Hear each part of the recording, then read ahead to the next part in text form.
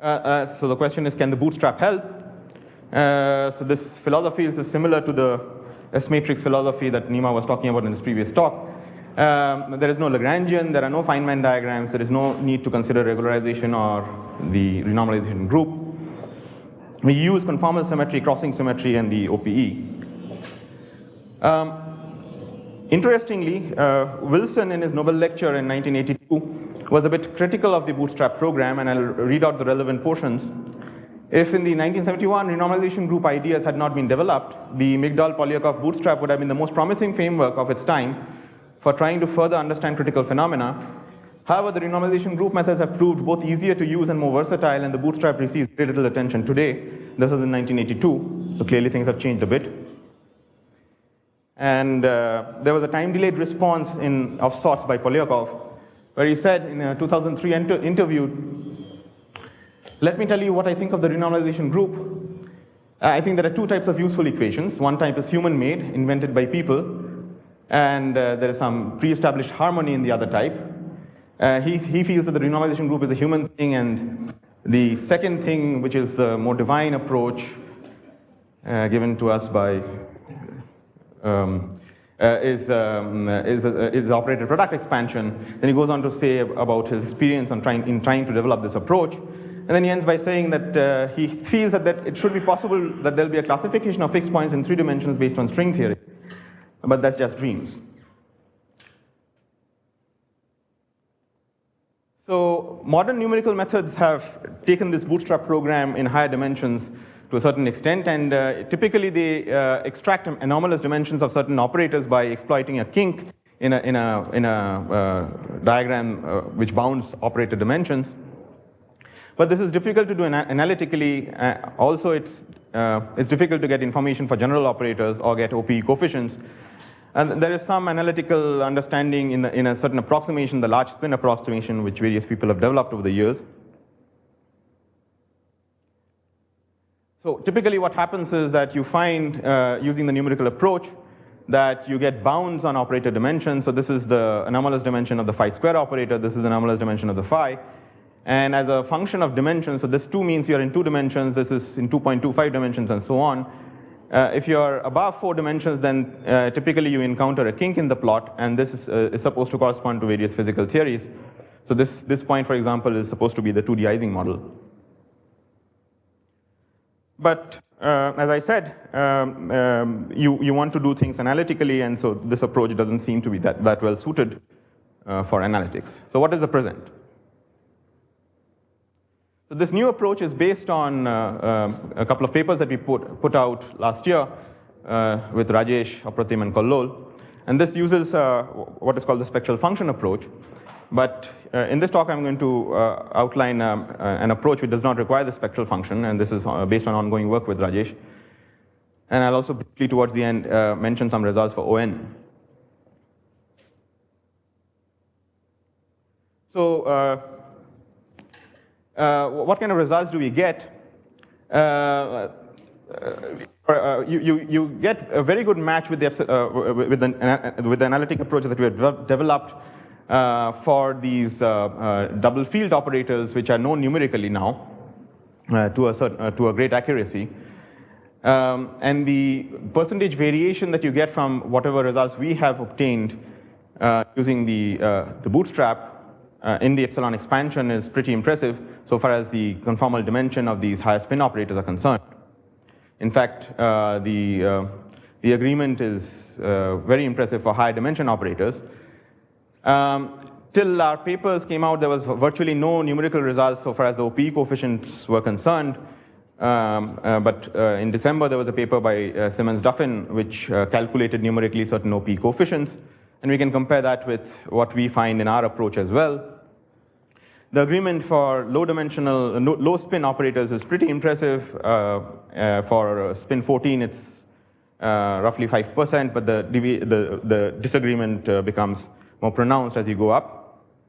And we have certain understanding of why this is happening. And the comparison is based on results that we have derived up to epsilon cube using the bootstrap approach, which is what I'm going to discuss now. So the bootstrap approach that we've developed uses an idea from the past, which was pioneered by Polyakov in his 1974 seminal paper. And for a long time, this was actually not used in the literature at all. And in fact, I was very surprised to learn from this paper, beautiful paper by Rychkov and Tanand, that apparently, although this paper is credited to be the original paper for Bootstrap, nobody used the ideas contained in this paper. So we looked at this paper a bit more closely with my student, and we found that we could extend these ideas quite easily to the next order, at least for certain low-lying operators.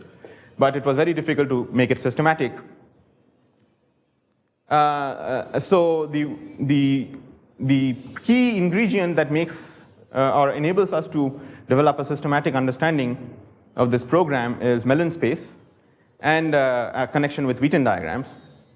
So we are going to use these Witten diagrams as a convenient kinematical basis. We are going to use the tree-level exchange Witten diagrams as the basis to expand our correlation functions. And of course, how did Polyakov know about Witten diagrams in 1974? So this is the paper that I was alluding to, and I'll come back to this in the end if time permits.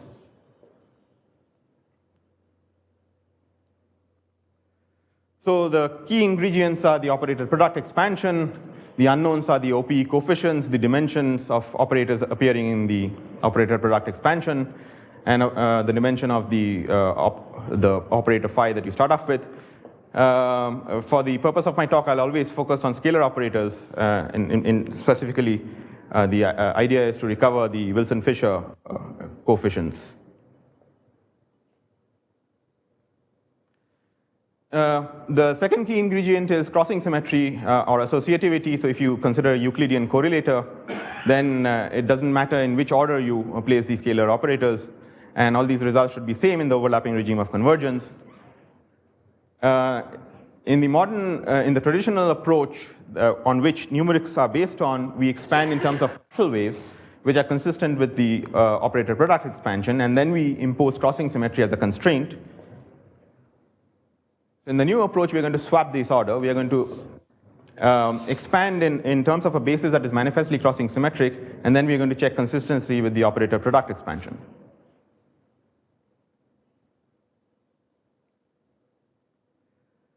So we expand in terms of crossing symmetric partial waves, and then we impose OPA consistency as a constraint. So the new partial wave bases are tree-level Witten diagrams, or I suppose it's better to use we call them Witten blocks to prevent confusions, because we are not doing ADS-CFT. We are not assuming that there is an ADS dual or anything like that. This is just a kinematical basis.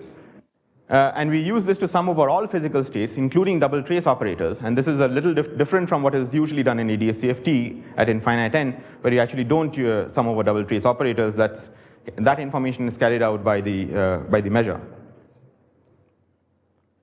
When you use this as a basis, it has inbuilt crossing symmetry. And so more specifically what we do is we write down a correlator in terms of, we pull out a kinematical factor outside, and whatever is left, this reduced amplitude, is just a function of these conformal cross ratios. And this is the Mellin transform of this reduced amplitude. This is how we define the Mellin amplitude. So there's a convenient measure factor that is usually pulled out, which is made up of variables t. And in some sense, these s and t variables are similar to the Mandelstam variables in flat space. And then this Mellin amplitude you expand in terms of these tree-level exchange Witten diagrams. So the Mellin amplitude should have certain properties. It should factorize on physical poles. So in particular, you can immediately write down the pole structure in the S channel. It should have a pole at delta minus L by 2. L is a spin. Delta is the dimension of the exchange operator. M labels is an integer that tells you that there are descendants.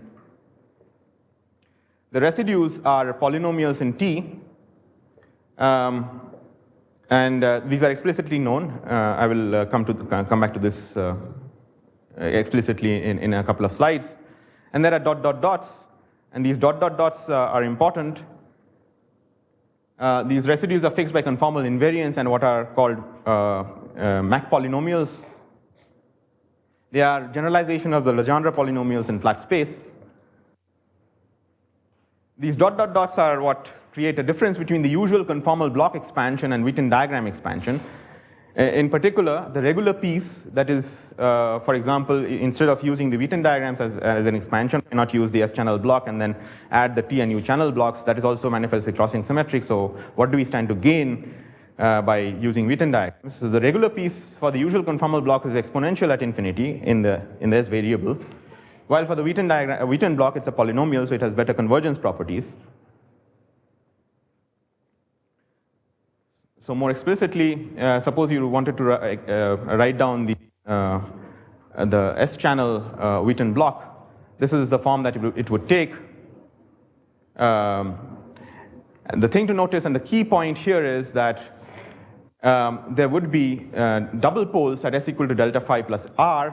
R is an integer. And these double poles would, in turn, correspond to certain powers of U. Because it's a double pole, you'll get log U. And also, you'll also get the usual simple pole associated with that. So you'll get these terms in the basis, and these terms are incompatible with the S-channel OPE because you don't get these powers delta phi plus R in the S-channel OPE. So you would need conditions to make sure that these powers don't appear. And another point that I want to make is that this log U is genuinely spurious, and one way of seeing that this is genuinely spurious and it is not an art. I mean, when you calculate anomalous dimensions and using ADS-CFT, you also encounter logs. This particular log U is genuinely spurious as it comes singly and not due to expanding some U power, which will also give you log U squared, log U cubed, and so on. So you do the same thing in the T and U channels. These will also have these spurious pieces, and you demand the spurious poles in s+t+u cancel to have compatibility with the OPE. So this is what I've written. So the consistency conditions that you get are that this Mellin amplitude should not have these constant pieces and the linear piece for all integer r, and this should hold for all t. This leads to a lot of conditions, and one would hope that these would be sufficient to constrain this theory completely. But what you're doing here is not extending your basis to include. Correct. Yeah, we are not extending. You're messing around with the coefficients. Yes. In order to try to cancel that without. Yes. Is there a physical interpretation for what that is? I mean, is it like thinking about the loops that are physically there to fix it up in a bulk theory as exchanging a continuum of particles or something like that? Yeah, you could have fixed the measure by modifying your basis, and these logs would go away. So that's one way of thinking about it. Maybe another way of thinking about it is that you're looking at it in a quantum effective action, where you've put in all the information about the loops, and the quantum effective action already knows about that. Yeah, in the sum over delta, the double trace operators are also being included. So okay, very good. So it's like thinking about the loop as like is an exchange of some composite particles. Right. Which is two of them. Okay, got it. Thank you. So the nuts and bolts that enter this calculation are what are called Mach polynomials, and they are quadruple sums. In the most explicit way, they're similar to the sums that you also flashed. And of course, it looks rather complicated, but then there is one simplification that happens. So if you actually look at this in this gory details, you'd probably have some feeling of despair and say that you're nuts. How are you going to work with this? But there's one simplification that happens, and that is it turns out that when you consider m equal to 0, so this is you're considering the primary operators, m labels the descendants, then there is a huge simplification that happens so far as these polynomials are concerned. These become what are called continuous Hahn polynomials, and they are orthogonal polynomials. The orthogonality property of the polynomials in T are well known, and as a side remark, these continuous Hahn polynomials play a role in integrability. And so we will expand the T dependence in terms of these polynomials. So continuous Hahn polynomials are related to 3f2 in a very specific way. The details are not important, but these play a key role in repackaging the equations. Without this, we would need to take clever linear combinations of the consistency conditions that we found to make any progress. So somehow these continuous Hahn polynomials seem to naturally repackage the information that perturbation theory contains in these consistency conditions. So schematically, the consistency conditions take on this form. So if you can expand the S-channel piece in terms of this continuous Hahn polynomial basis, and the T and U channels as well, and demanding that all these spurious poles cancel gives rise to these set of infinite number of, countably infinite number of conditions. So there is an index L prime that tells you what spin is getting exchanged in the S channel, and there is an index R which labels the spurious pole. So finally, when you look at these conditions in detail, schematically the structure that they have is that you're summing over these C delta L's. There are lots of Pockhammers. The Pockhammers are these ratios of gamma functions times 4f3. 4f3 is, this is also rather nice. The 4f3 that enters here also has a nice property. It's a well-balanced 4f3. But we don't know whether there is any significance to this as yet or not. And there are two 3f2s. And demanding consistency, we recover a whole bunch of known results up to 3 loop order in epsilon expansion quite easily. So, this requires a short mathematical program that you can write, and it gives you all the results that are there in the Wilson-Kogut review. And on top of that, it also gives you the OP coefficients, which nobody has calculated so far using the Feynman diagram approach. So strategy for solving the equations. So it helps to have an expansion parameter. So you could put d equal to 4 minus epsilon and take epsilon to be small, or you could be in a fixed dimension like the ON theory and do a large n expansion. Or you could focus on the large spin sector. So when the spin of the exchange operator is large, and use 1 over spin as the expansion parameter. There are certain mild assumptions that we make, like we are close to a free theory, which places certain mild constraints on the OP, which I can explain to you in private. But one key assumption that we make is that there is a conserved stress tensor, and there's a unique conserved stress tensor. So what typically happens when you look at these equations in this expansion is that a particular spin exchange dominates in the direct channel, so S channel, direct channel and S channel are, I'm using them synonymously. And this happens up to a certain order in the expansion parameter. And very remarkably, even the cross-channel examples seem to the same order in epsilon, so epsilon cubed in the discussion, only requires the first composite scalar.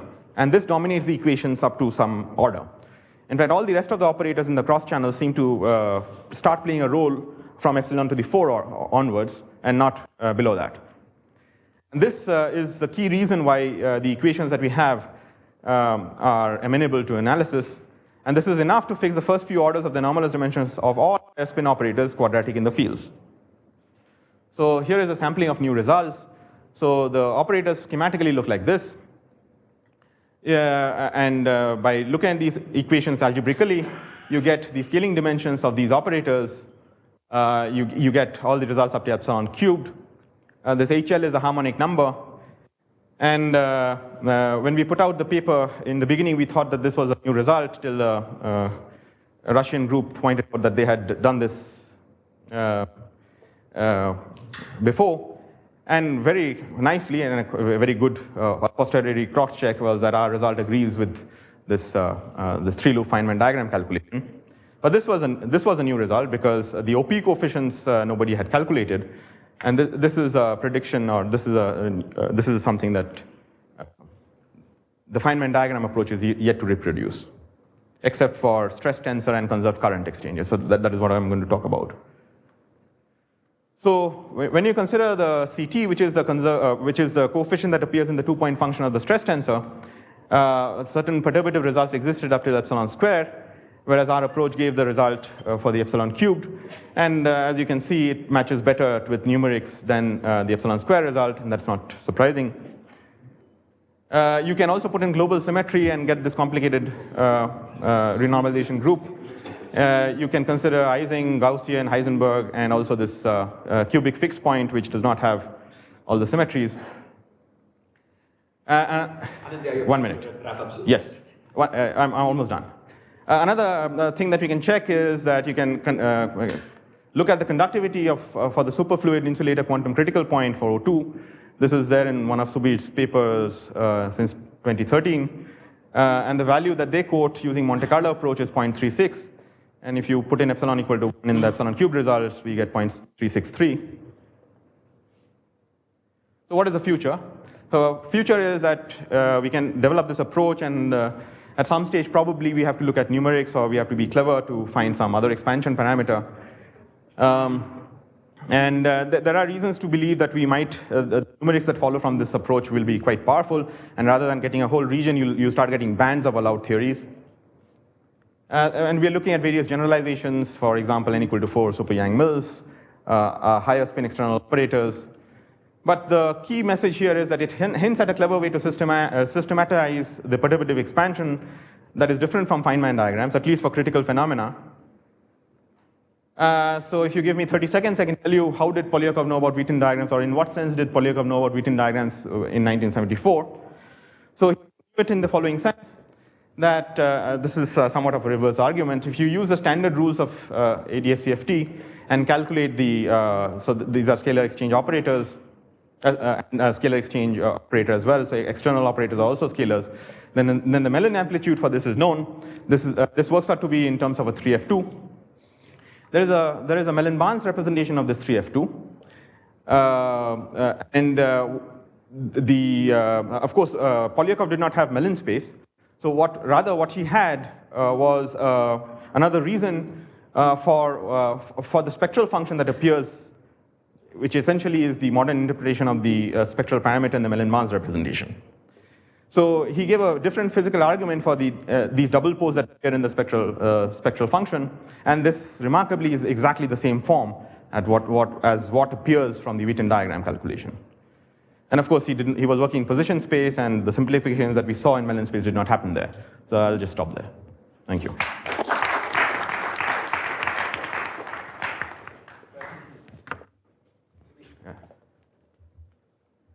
A couple of questions. So at some point, you must be putting in the fact that your CFT is a free field theory at epsilon equals 0. Yes. But can you do it without that assumption? Maybe for CFTs that don't have an epsilon expansion, which only exist in, say, 3 dimensions. Yeah, I would imagine so. I mean, we also do it for the large n expansion, treating large n as the expansion parameter. So there, of course, we don't have a free theory. I mean, because the leading scalar exchange operator is not, the dimension of what is the analog of phi square is 2. It's not the free theory thing that you would get. But you have something simple to perturb it up. Yeah, yeah. I think Subir is asking if you don't have the starting point. I mean, for example, there's supposed to be this O5 sigma model with a Witten term. It can only be defined for d equals 3 and n equals 5. I mean, a related question is also, can you compute beta functions rather than only compute empirical electronics? So you have to perturb away from the fixed point in some systematic way, yeah. For example, can you compute beta functions by this approach? By knowing the conformal dimensions, I suppose that's a good way to start. So you deform the theory using some known operators, and then to the leading order in perturbation, in the conformal perturbation theory, it would need information about the 4-point function. So in that sense, I suppose you can go a little bit away from the fixed point, but I don't think so, yes. Yeah, I would say it should be possible, yes. Yeah, Nima. Just a small comment about Polyakov. I mean, actually, Polyakov was working in momentum space. Yes, correct. And that's why it's very natural to discover the Witten diagrams, because in momentum space, you just multiply 3-point functions, the same way as you do in Yes. So that's why he was very much following that philosophy. Yeah. It's just that. Yeah, all these spin things were complicated, yes. Yeah, all the complication goes into the 3-point functions, which are complicated in momentum space. Right. But the fact that you get Witten diagrams in this way is very natural. Yeah, but just a comment on Subir's question. I mean, that's basically what Rychkov and Simmons-Duffin, that's what they've been doing. They just look for allowed regions without reference to free theory, or look for some kinks and argue that that's where the theory lives. So. Question was analytically And yeah. Oh, analytically. I'd be happy with numerics. Oh, numerically, I would imagine so. Yes. Yeah, they have a whole bunch of mysterious things that they don't know how to interpret even. Okay, well, look, so the particular question here I'm interested in is the O5 sigma model with the Witten term.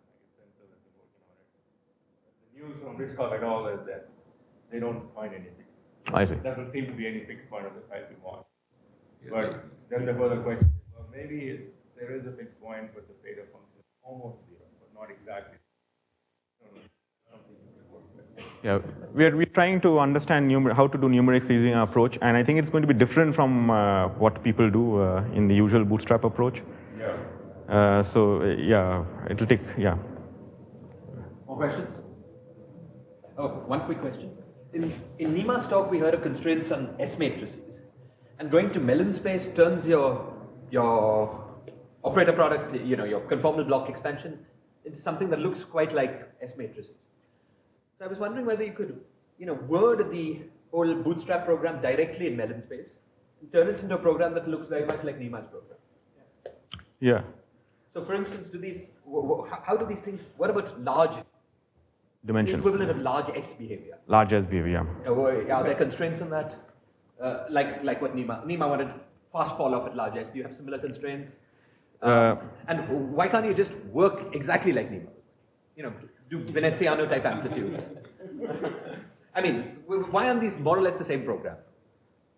I mean, it'll be nice if they become the same program, but I think his approach is more general. He's not at a fixed point. I mean, he's doing it for massive theory. So if you're at a fixed, I would imagine, yeah, I would imagine that I think there would be a way to recast it, which will look very similar to what, in fact, in one of your slides, there was a formula for the polynomials in terms of the zeros, where you multiply the zeros of the polynomials. Yeah, for example, yeah. Those are definitely. Yeah, so those are, yeah. Yeah, so. Yeah, The thing that I don't know is what, I just don't know. What is the analog of the fixed negative T large S polynomial, the causality constraint and so on? Yeah, the large S behavior. Yeah. I just don't know. Are they identical? Are they exactly the same? Yeah, yeah. I mean, large S and T is basically flat space. Right. Yeah, it's same here as well, yes. They become the Legendre polynomials in that You limit. can see that from this, because those polynomials that he wrote are precisely go like T to the L and so on, and then the whole amplitude, when you sum over all channels, you require that it go no more than S squared or something. But just follow up on that. N equals 4 Yang-Mills, if you take, your whole G string fixed and take N to infinity, you really recover flat space string. So in that limit, you really expect to recover exactly Nima. Right. Yeah. Right. But if you're away from that, there should be some deformation, right? Because we're not doing string theory in flat space, we're doing string theory in ADS. Some It's a difference. one parameter deformation, I think, of Veneziano, So like where is amplitude. So what is the difference? Where is that parameter? I mean, no, but you just worded in terms of these Mellin space amplitudes. What is the difference between what you do in flat space? You can't be solving exactly the same constraints. No, because the basis is different. Also, the Mellin basis, so there's the isometries are different. So the Mellin, that's why it's not expanded in terms of getting about. I mean, I think Shiraz is asking, if you take the Veneziano amplitude and declare that it's Mellin amplitude, what's wrong with it, right?